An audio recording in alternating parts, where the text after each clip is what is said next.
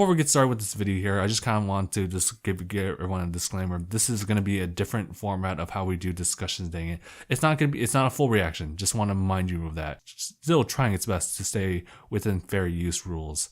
So you guys are going to notice a couple of things I'm going to do differently. It may not work out well. It's just me I'm going to just try. I'm trying this for the first time. So we're just going to see how it works. Blah, blah, blah, blah.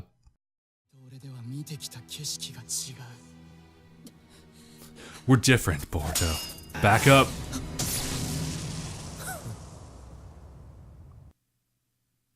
Whoa. I don't think it worked like that. I don't think so. Okay, wait, hold on.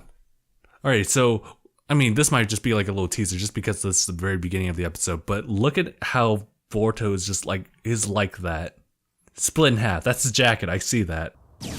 Okay. Okay. Are you? What are you doing? I'm here today. If he acknowledged me. Oh wow. Okay, so I just paused right there. Oh, this is so weird because I kind of see this like from Naruto's perspective too, because of the fact that Naruto wouldn't be where he is if it weren't for Iruka Sensei acknowledging him, the same way that Kagura is being acknowledged by Shizuma.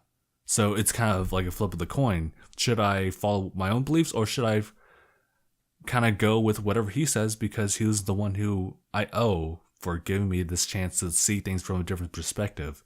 So it's definitely really interesting to see these similar ideas clashing, even if you don't. Well, I guess this has to come into context so you know what happened in Naruto. Ooh. Wow, dude. I'll never lose to you the way you are now. Okay, that's a good point, because I want to bring up the whole idea of the strength between Boruto versus Kagura's strength. Kagura is really good. The very first encounter that they had with each other was the fact that, or was the very first like fight was like practice swords, and Kagura was just like way better than with just swordplay. And just kind of by that extension, just like a better shinobi than Boruto is. But right here, right now, Boruto is standing toe-to-toe with him, despite having to sacrifice a little bit more than Kagura has to, like his jacket and everything like that. But the way that Kagura is now, Boruto does stand a chance because Kagura is actually kind of conflicted here. He's not able to focus. So as a result, you see all this, and you think like, oh wow, Boruto is like stronger than you think. I think it's more Kagura just can't really handle fighting the way his mind is right now. He doesn't have clarity. Stop undressing yourself for that. I know you want to make a point, but you could just tell him that there's a scar right here. Unless that's how Kagura sees things. It's seeing is believing instead of just actually thinking for yourself. I guess in which case that does make sense. Alright, go ahead and strip away.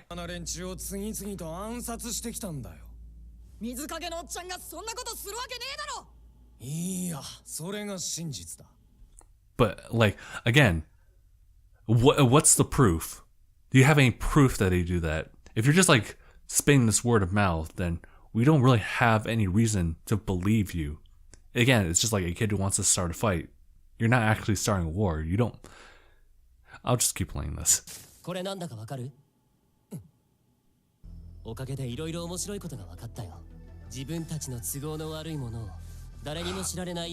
Oh.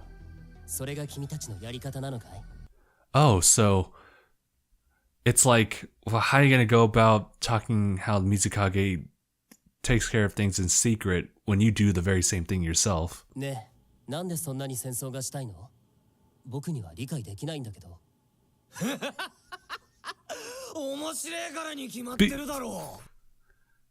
Because it's fun, he says. Because it's... Alright, well, I have nothing else to say.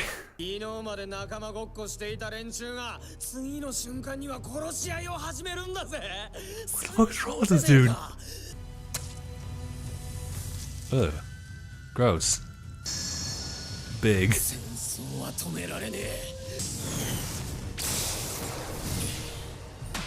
Oh! It's actually kind of cool. Come on, Kagura. Make up your mind already. And do the right thing. That's the emphasis. Wait. As long as we're inside this mist, chakra will be absorbed from the wounds. Oh wow. Oh wow, that's actually interesting. That's something that Kisame never really used, so that kind of gives Shizuma like a better edge over these two, and kind of a little bit of an edge over Kisame in a sense, in the fact that he can actually use his own jutsu at the same time while using Samehada to just like further enhance its abilities. Gale Palm? What is this? Ooh. Oh. Ooh, biggest headbutt. Oh. Oh wow, dude.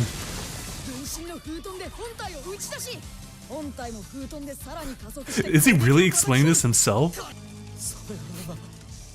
Are you eating me? Oh my god. Oh, Samehada's going on a little rant. Oh my god. Oh. Wait, why though? What? What is this?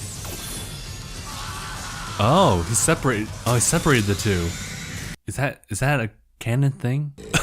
Oh, I'm full. So it just wrapped up on episode 31. I know that I kind of expanded on it during the actual like real-time reaction, but just kind of the first thing I had to bring up is the whole dynamic with Boruto fighting with Kagura, seeing like how the powers match up with each other. Kagura is a full-fledged shinobi, is the fact that with that in mind, Boruto shouldn't win against Kagura, but yet here he is standing toe-to-toe with him, taking the blows from the I forget the name of the sword, and being able to actually like push Kagura back to the point where he disarmed him. What Boruto says, like, I can take you on, you were not the same as how you were before. Remember when Shizuma said that, you know, Kagura is like completely calm right now. At this state, he can take all of us on and win. I'm inclined to believe that still, but right now, the way he is, he's very so much so compromised, and he can't really perform as best as he can. Now, it comes down to when Shizuma comes in and intervenes, right? That the whole fighting dynamic now shifts over. We find out that Shizuma has actually been working like behind things, doing assassinations and whatnot, like behind the scenes, pretty much kind of disproving, or at least finding it, I guess, invalidating his claim, saying that the Mitsukage does things behind the scenes as well. And it comes down to the fact that, like, well, why would you lecture about this? Why would you talk about this if you're not willing to bring up your end of the bargain, which is exactly the same? It's at that point that Kagura is now much more confused as to what he wants to do, right? I know I'm summarizing this. I'm sorry if I am summarizing this. It's crazy how much Shizuma just wants to rampage over just wanting to make things just again. He just wants the blood mist to come back again. That's all he wants to do. And as a result, he's gonna do everything he can, like start a freaking war. But as Boruto says, this is really just, at this point, with that invalid argument of Shizuma, this is really just a small fight. There's no war involved.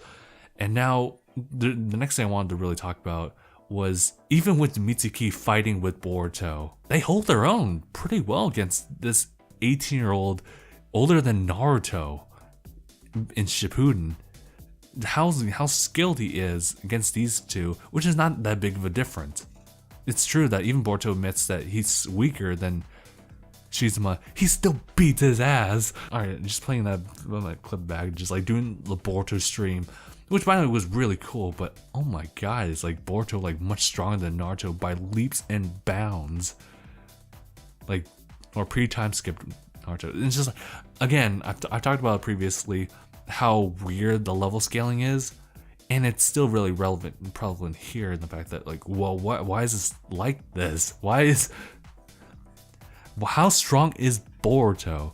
To the point where at the movie he feels like he needs to rely on some weaponized thing just to prove himself to dad when he's already good enough. It boggles my mind here. And as cool as it makes the show right here, it makes no sense like later down the line.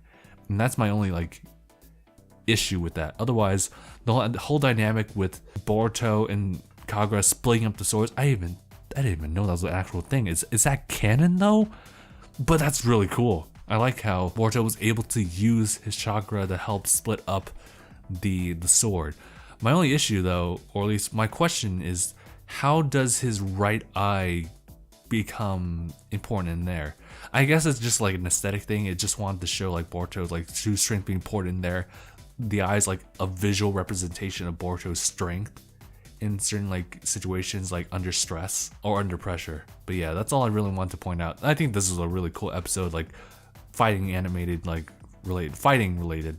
The animation was definitely put into this one, not too heavily as say when Sakura was fighting Shin. That was really cool and very well animated, but here it did show that there was a lot more effort put into this, and I think the whole conflict here was kind of resolved in an okay fashion. I mean, it's kind of one of those all that ends well, right? You kind of vibe to it. I guess it's okay. All right, so for this episode of Boruto, I found that there was a lot of moments that weren't really something I could like really put a pause on and like really elaborate on, but I would like to say just kind of like wrap it all up is, well, first and foremost, the fact that Sumire is such a background character. I feel so bad for the fact that Karakura can't face Boruto, and you know, it took him to write a letter to be sent over, which by the way was a kind of a nice little cameo from a mail delivery dude. I forgot his name, Naomi? Mr. Naomi? But yeah, it was cool to see him like send a letter just saying like apologizing to Boruto, like, listen, I'm really sorry about everything that happened. He blamed himself, he criticized Boruto, and he just honestly made a promise to just become a better shinobi from here on out to prove himself. And that was really cool. But essentially this entire episode was just based on the fact that Boruto needed to go on and just make souvenirs. But there was to get a souvenir for Himawari.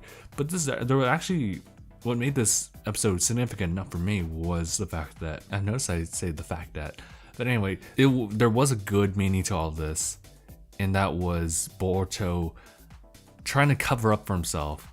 It's been like an ongoing thing since they returned. Boruto trying to make up an excuse for like what happened at the Land of Water when Chodro like made a letter in advance just saying that everything they did was to benefit the Land of Water, so please do not punish them. And they still get punished. After that, Boruto had to, well, before that, Boruto had to cover up the fact that he didn't, what was actually after? He had to cover up the fact that he didn't have any souvenirs for Himawari, even though he promised her before he left in the first place. So he goes on this like wild goose chase to find anyone who has any kind of sweet souvenirs to give them. And it ended up with Sarda giving some information about some intel that she has utilized in the past, which I like the fact that they utilized like previous assets, which are characters and whatnot, just to help bolster like the plot forward. So him and Mitsuki go and find the lady, the poisonous mushroom bit. That was hilarious. And there was something really strange about this one. With all the dishonesty that Boruto does, the very end, when they reveal the cards, that's when he actually says honestly, like, you know, this is not right. I gotta stop this. And it was definitely a nice little change in his own personality to be more honest instead of trying to cover up things just for his own benefit. And I think that's what we can really get out of this episode. And I think it's a really good message to give to pretty much anyone. Just be upright and honest, because that can be just as beneficial to you as it would be just to kind of lie and cheat after your way of doing things. That is a really well-respected trait for someone to have, just to have that honesty. And it's hard to do that, as Chodro mentioned in the episode as well. Like, it's hard to be upfront and honest with people. It really is. And Boruto actually did it in this episode, and he was actually commended for it by that old lady who would have otherwise just kicked him out. And, well, I guess she technically did kick him out anyway. But got the sweets and actually apologized for Himawari and just kind of admitted the truth to Himawari. The fact that he didn't actually have souvenirs, but he still bought something. So I think it all as well as ends well with the episode, how it ended, and it was a good message. Out of the two, I would say that, I mean, I like 31, but it still doesn't really make sense like as far as the power scaling, and I feel that 32 was something that really matched Boruto's character, or I guess any child character, in that point where they can easily lie about things and still get away with it. And they're kids, so they don't really think too much about that, right? Or rather, they don't have too many consequences hanging on them for it to be so significant enough for them to think about lying or anything like that. You just gotta do it. But here, Boruto actually thought about that and reflected very much so on the idea of lying and cheating. Instead, try a different approach, and he got better results that way, and it made him a better person as a result. Mitsuki is obviously someone who doesn't really understand that kind of stuff, so for him to always like bring that up, kind of, it's a good way to just kind of set up the whole main moral of the story. So that's nice. So next episode is focusing on Inojin. He actually had the idea of prepping his drawings ahead of time so he can like use it immediately after, which actually, now I think about it, makes sense. But something about this, about him not being able to use jutsus ever again, he used the mind transfer jutsu. I'm not sure to what degree or what effect of success, but he does that, and it's actually really interesting to see that. So we're getting some character development as we transition to different arcs.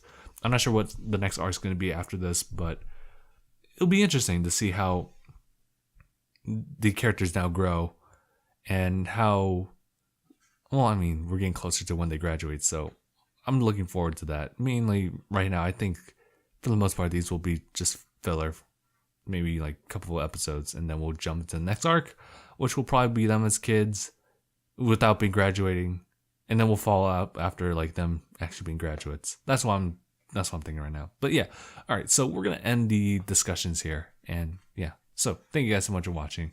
If you guys want to stay in the know with more Boruto stuff, please subscribe, and as well as support our Patreon. So yeah, we're gonna end the episode here. So thank you guys so much for watching. See you guys in the next one. #bye everyone.